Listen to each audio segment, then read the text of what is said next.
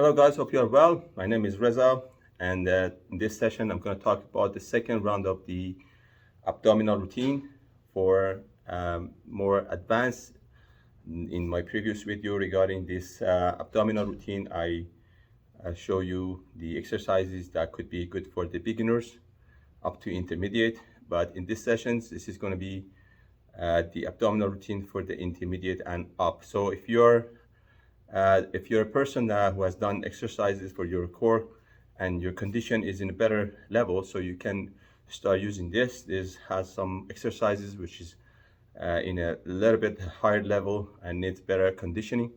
So you can see this routine will be harder than the previous one. So quickly, I'm going to go through the anatomy and the muscles around the core area. Then I'm going to start the routine for you. Okay.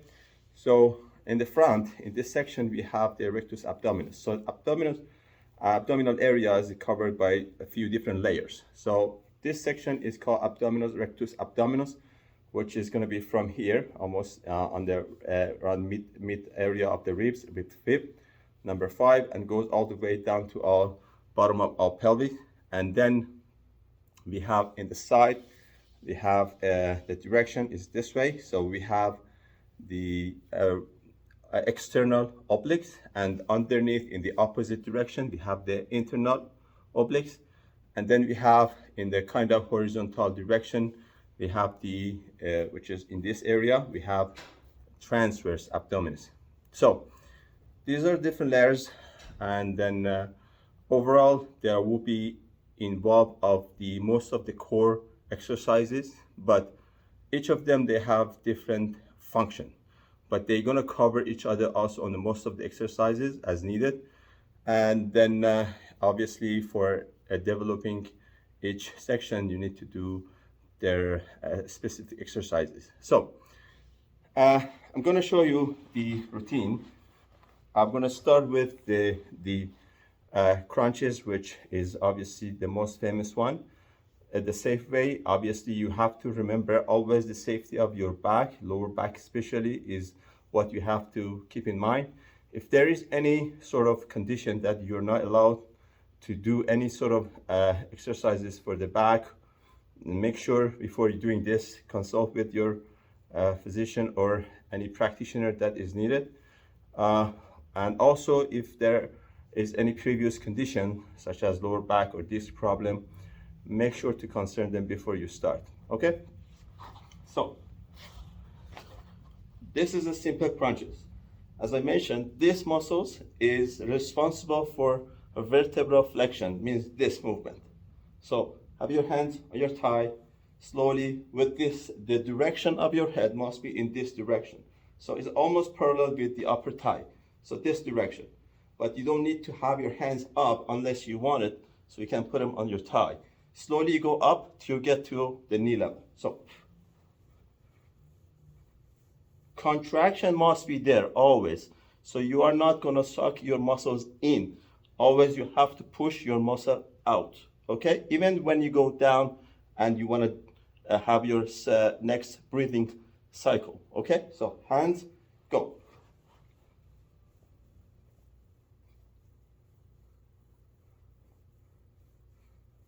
So 20 to 30 reps. Then one leg straight, the hands to the opposite thigh, the other one on the floor. Then we go the opposite way. Shoulder to opposite knee. Your face should be parallel with the hand in this direction. And this is going to be covering your external oblique, which is in the side. Then the opposite, you can go up to 20 reps. If you are in a good condition, even 30. So left on the right knee and go.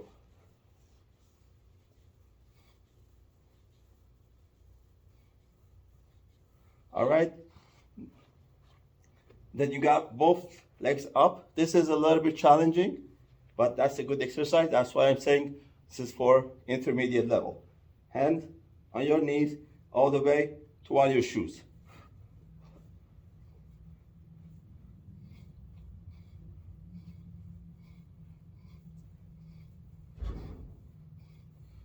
(20 to 30 reps). Then we go for the bike. And you're gonna touch one knee, the other one gonna get straight. And shoulder to opposite knee.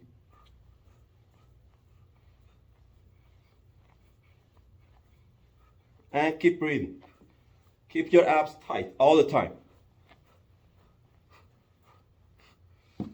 20 reps minimum each side.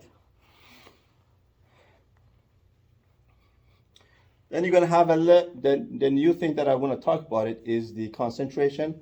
So you're gonna hold the legs up, but before you raise your legs off the floor, you have to keep your upper body also off the floor to make the stabilization. So hands the side, raise your upper body, tie your abdominals, and slowly raise your legs. So make sure you completely go up so your lower back becomes flat. It shouldn't have any arch when you have your legs up. Otherwise, there's a pressure on your lower back. So before you raise your leg, you see that? This is gonna cause having arch in here. And this is gonna give your lower back a big pressure. And in future, you may get some back pain. So, but to prevent this, make sure you keep your upper body off the floor, tie your abdominal first, have your hands on the floor, stable your body, then raise your legs. So now, see, there is no gap in here. Hold it 15, 20 seconds, and keep that concentration and contraction in here. Then you can have a quick rest, deep breath, and again up, and you go cross.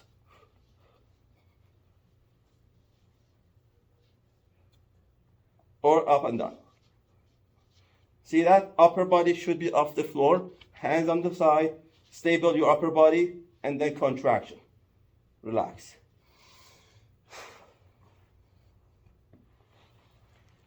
Okay.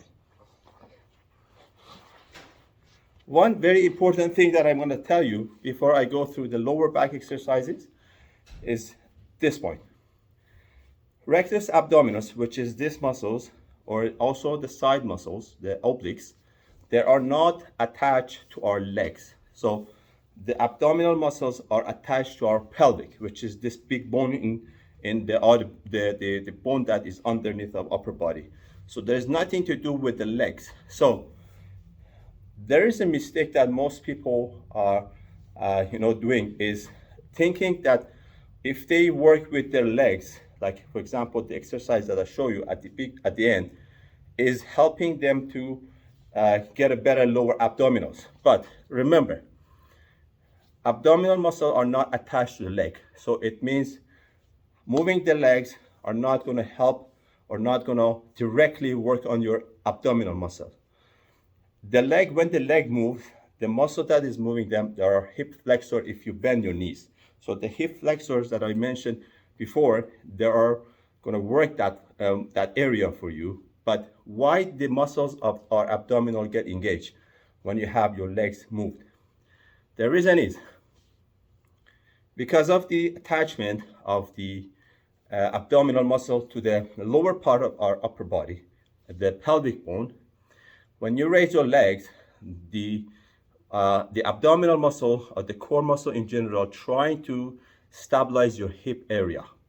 And that's gonna cause your abdominal be activated.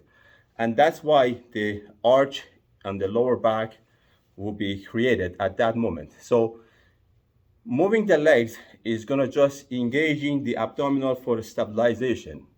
But if you keep your upper body tight, as I show you, it's gonna prevent having the back problem. So this is gonna be the only reason. So I show you one more time to just keep in mind, this is very important point. Most people, they have problem, the lower back problem when or after doing this exercise this way. So see that? Moving this, if you have your head down, by raising the legs, is going to create the lower back arch. And this is because of the biomechanic of the lower and mid part of our body.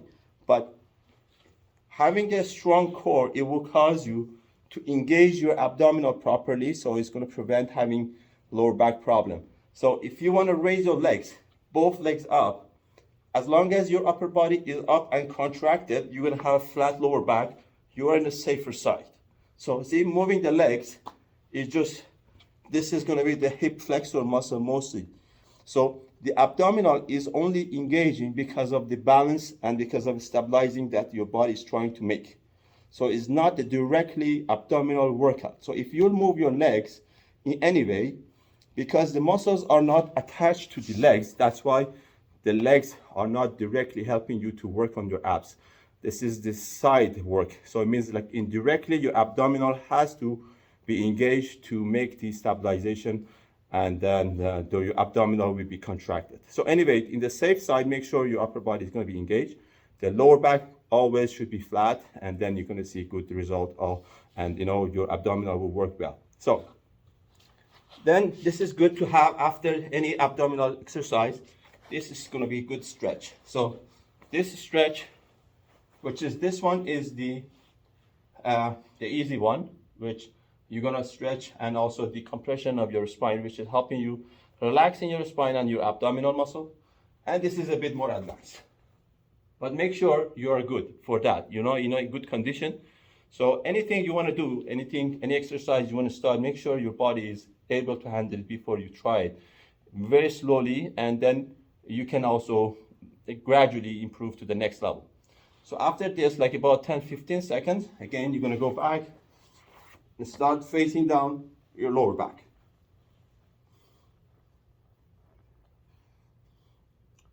Make sure you don't keep your head this way. It's face down and slow. Chest and shoulder off the floor.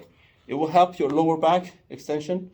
These muscles, which is the vertical abdominal, back muscles, gonna engage, and this is what they do. Then plank. This is another exercise. When you do this, obviously you have to engage your abdominal again. Keep them tight and breathe. Head down, and make sure your shoulder and the elbow is going to be stable. Then it's going to be, so for plank, it's up to you. You can go minimum 20 seconds and then stay longer. It depends your goal. And this is going to be the, obviously, side plank. So it's going to engage this side of your abdominal, which is the core and obliques area. Again, this one you can hold it for 20 seconds and up. So, as you see, this combination can cover the whole core area, including the rectus abdominis, the external and internal obliques and transverse abdominals, the lower back muscles. But obviously, there are other areas of the body engaging to stabilize your body for doing this exercise, and target muscle is what exactly you're trying to do, abdominal area. All right, so if you think this routine is good enough for you, you can do one run. Otherwise, after you finish, you can start the second run. And then by doing this gradually, you can improve the core.